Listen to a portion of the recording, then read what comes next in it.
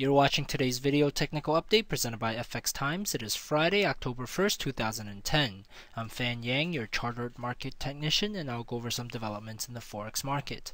The platform I'll be using for analysis is VT Trader. The Japanese yen traded mixed this week. It is weaker against the euro, which has been on a tear. It is gaining on the pressured dollar and the pound, and it's ranging with the Canadian dollar, Swissy, and the Aussie dollar. Let's take a look at some charts. This video is being produced at about 3:45 p.m. near the end of this week's trading. The euro has been surging, and against the yen is threatening to turn bullish. You see the market has been bearish. We have continued to make lower highs, lower lows here, but here the market looked like it's turning the corner here. But the 114 area was an important resistance area, even a little bit above that. So right now it's at 114.75 area, still not out of the clear of resistance yet. You see here we have a declining trend line here that's been respected, and we're going to test that again along with this 200 moving average, which is a little bit above that, around 118 area. So if the market breaks 115, fails to come back down below 114, then it could continue to 118 area to test the 200 moving average. If the RSI breaks above 70, now, well, first of all, this negative reversal is no longer valid. The market here is higher than this. Also, the RSI shows that it can stay above 60, so the bearish outlook is also invalid. We either have ranging action or bullish action, and if the market tops off to start next week, we may have ranging action, and we could still have a decline towards 110.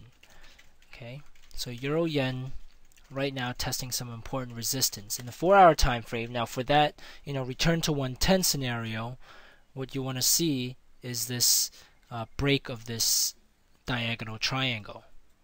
However, signs so far are for continuation.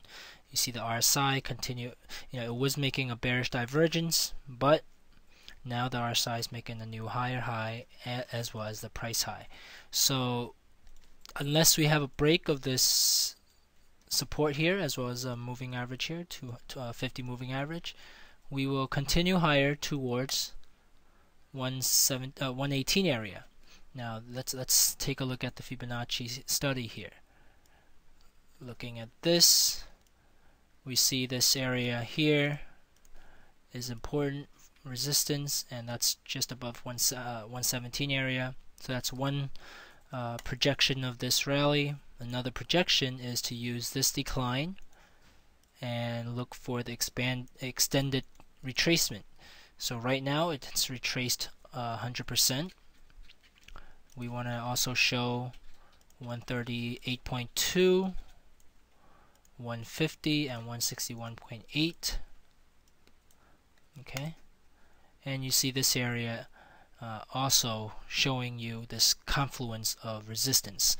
So at the moment, the market looks like it's actually accelerating after this channel. Now in the 4-hour time frame, you see if the market does break out of this channel, that would confirm that the market is indeed accelerating towards 118 area. Okay, at the moment it's trying to break above this diagonal triangle. So if it doesn't, and then breaks below, and then the 50 moving average as well, then you could start looking for a short-term scenario towards 110 in the euro yen.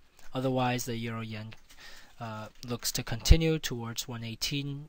Let's see, 118.50 area, maybe even 119.50.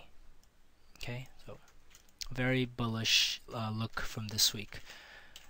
The yen is holding its ground against the Swiss franc. Actually, here's the daily. Here's the daily look. So it's projected to 88, and we have some resistance here at 86. And the market this week has so far held this top. Okay, so it hasn't shown it. I would look for it to maybe even decline a little further, but it should be supported above 84.50 here. In the 4-hour time frame, you see 84.50. Well, okay, this high here. Let me just get rid of these for now. We'll redraw them. So right now we have this channel starting. Okay, and we may be we're in the middle of the channel. So next week, if the market continues sideways and hits this support, look for it to rally. Even if it declines and hits the support. One of the important trend line here would be that one to connect your consolidation highs. And if the market breaks above this, especially after coming down to meet the support, for example this scenario, then we have a continuation towards 88. Okay, if yen instead strengthens next week, then I would look for it to decline towards 84.50, but I wouldn't expect it to break this. But if it does, I would look for it to come to here. So this sort of like the middle of this consolidation area. I would look for it to come to around this area, 82.40 area. Okay,